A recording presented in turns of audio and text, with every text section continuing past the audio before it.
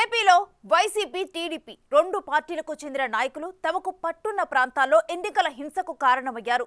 దీంతో ఈ రెండు ప్రధాన పార్టీల నేతలపై కేసులు నమోదయ్యాయి. బెయిల్ కోసం హైకోర్టు దాకా వెళ్లారు. అక్కడ ప్రస్తుతానికైతే రిలీఫ్ దొరికింది. మరి కౌంటింగ్ వరకు వారిని కట్టడి చేసే అవకాశం ఉందా? నిఘా పెట్టినంత మాత్రాన పరిస్థితి అంతా కంట్రోల్లో ఉంటుందా అన్నది కీలకంగా మారింది. ఇంకోవైపు బెయిల్ దొరికిన వారు అజ్ఞాతం వీడుతారా అన్న చర్చ కూడా జరుగుతోంది.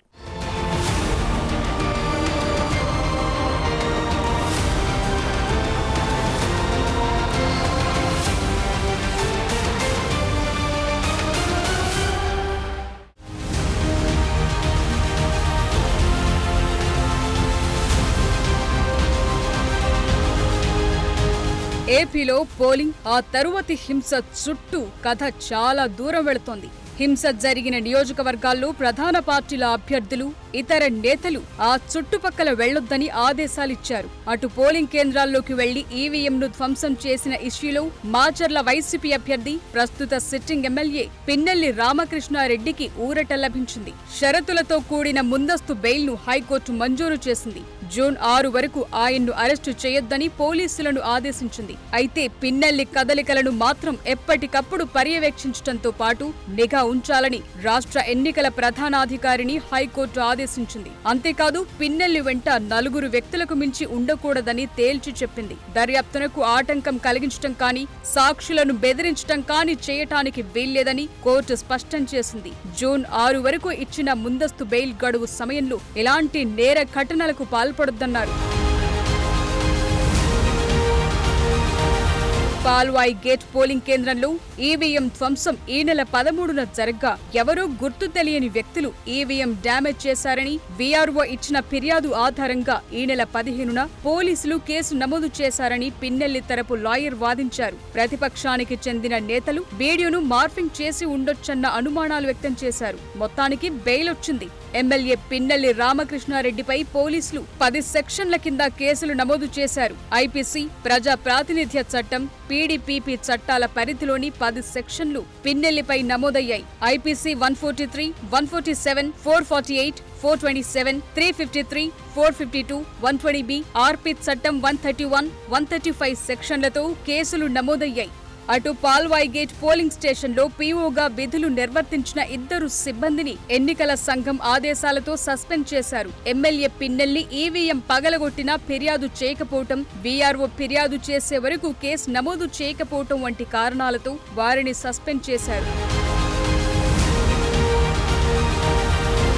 మరోవైపు పోలింగ్ రోజు నమోదైన పలు కేసుల్లో నిందితులుగా ఉన్న టీడీపీ, వైసీపీ, ఇండిపెండెంట్ అభ్యర్థులు తమను అరెస్టు చేయకుండా రక్షణ కల్పించాలని హైకోర్టును ఆశ్రయించారు. తాడిపత్రి టీడీపీ అభ్యర్థి జేసీ అస్మిత్ రెడ్డి, వైసీపీ అభ్యర్థి కేతిరెడ్డి పెద్దారెడ్డి, ఇండిపెండెంట్ పరిమి సోమశేఖర్ నాయుడు, దెందులూరు టీడీపీ అభ్యర్థి చింతమనేని ప్రభాకర్, నర్సారావుపేట వైసీపీ అభ్యర్థి గోపిరెడ్డి శ్రీనివాస్ రెడ్డి, ఇలా 2 పార్టీల నాయకులకు హైకోర్టులో ఊరట దక్కింది. ముందస్తు బెయిల్ వచ్చింది. జూన్ 4న ఎన్నికల కౌంటింగ్ ఉందని, పోటీ చేసిన అభ్యర్థులు ఏజెంట్లను నియమించుకోవాల్సి ఉందని, కౌంటింగ్ ప్రక్రియను పర్యవేక్షించాల్సి ఉంటుందని, ఈ దశలో అరెస్టు చేస్తే వారి హక్కులకు భంగం కలుగుతుందని తమ వెర్షన్ వినిపించారు. అలాగే మధ్యంతర ముందస్తు బెయిల్ మంజూరు చేస్తే కౌంటింగ్ సందర్భంగా మరిన్ని గొడవలు సృష్టించే ప్రమాదముందని పబ్లిక్ ప్రాసిక్యూటర్ వాదించారు. మధ్యంతర బెయిల్ మంజూరు చేయాలని కోర్టు భావిస్తే కఠిన షరతులు విధించాలన్నారు. అందరి వాదనలు విన్న కోర్టు ముందస్తు బెయిల్ అయితే ఇచ్చింది.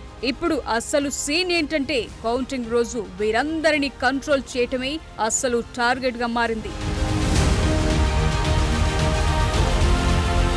ఇప్పటికే పల్నాడు జిల్లా సత్తెనపల్లి రూరల్ సర్కిల్ పరిధిలో 500 మందిపై బైండ్ ఓవర్ కేసులు నమోదయ్యాయి. గురజాల నియోజకవర్గంలో హింసాత్మక ఘటనలో పాల్గొన్న 84 మంది నిందితులకు స్థానిక కోర్టు రిమాండ్ విధించింది. పల్నాడు జిల్లా దాచేపల్లి పోలీస్ స్టేషన్ పరిధిలో 33 మంది, పిడుగురాళ్లలో 50 మంది, నర్సారావుపేటలో 1 పోలీసులు అరెస్టు చేశారు.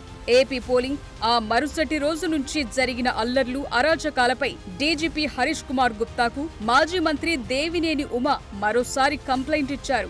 ఆధారాలతో సహా వివరాలు అందించామన్నారు. డీజీపీ గారికి ఇవన్నీ కూడా సవివరంగా తెలియజేయడం జరిగింది. దాని మీద డీటెయిల్డ్గా సంబంధిత ఎస్పీకి, శేషగిరి గారికి రక్షణ విషయంలో ఎస్పీకి ఆదేశాలు ఇస్తా అన్నారు.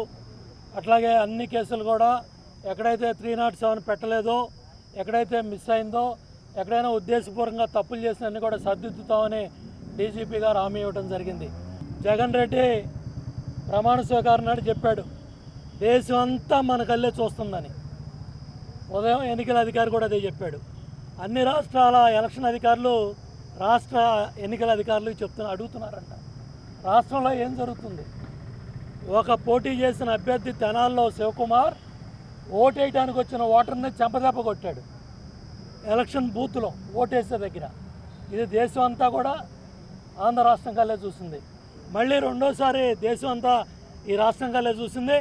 పోటీ చేసే అభ్యర్థి ఈవీఎం పగలగొడితే 10 రోజులైనా యాక్షన్ లేదు, అరెస్ట్ లేదు, కేసు కూడా ఇవాళ దాకా.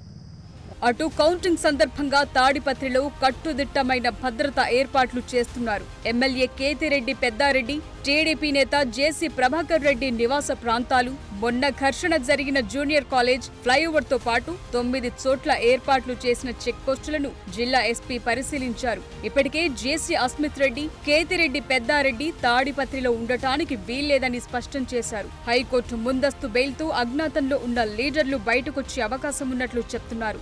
మొత్తంగా మీరంటే మీరే దాడులకు కారణమని టీడీపీ, వైసీపీ నేతలు విమర్శించుకుంటున్నారు. అటు ఈసీని కౌంటర్ చేస్తున్నారు, ఇటు పోలీసుల తీరుపైన విమర్శలు గుప్పిస్తున్నారు. మరి కౌంటింగ్ రోజు సీన్ ఎలా ఉంటుందోనన్న ఆందోళన నెలకొంది.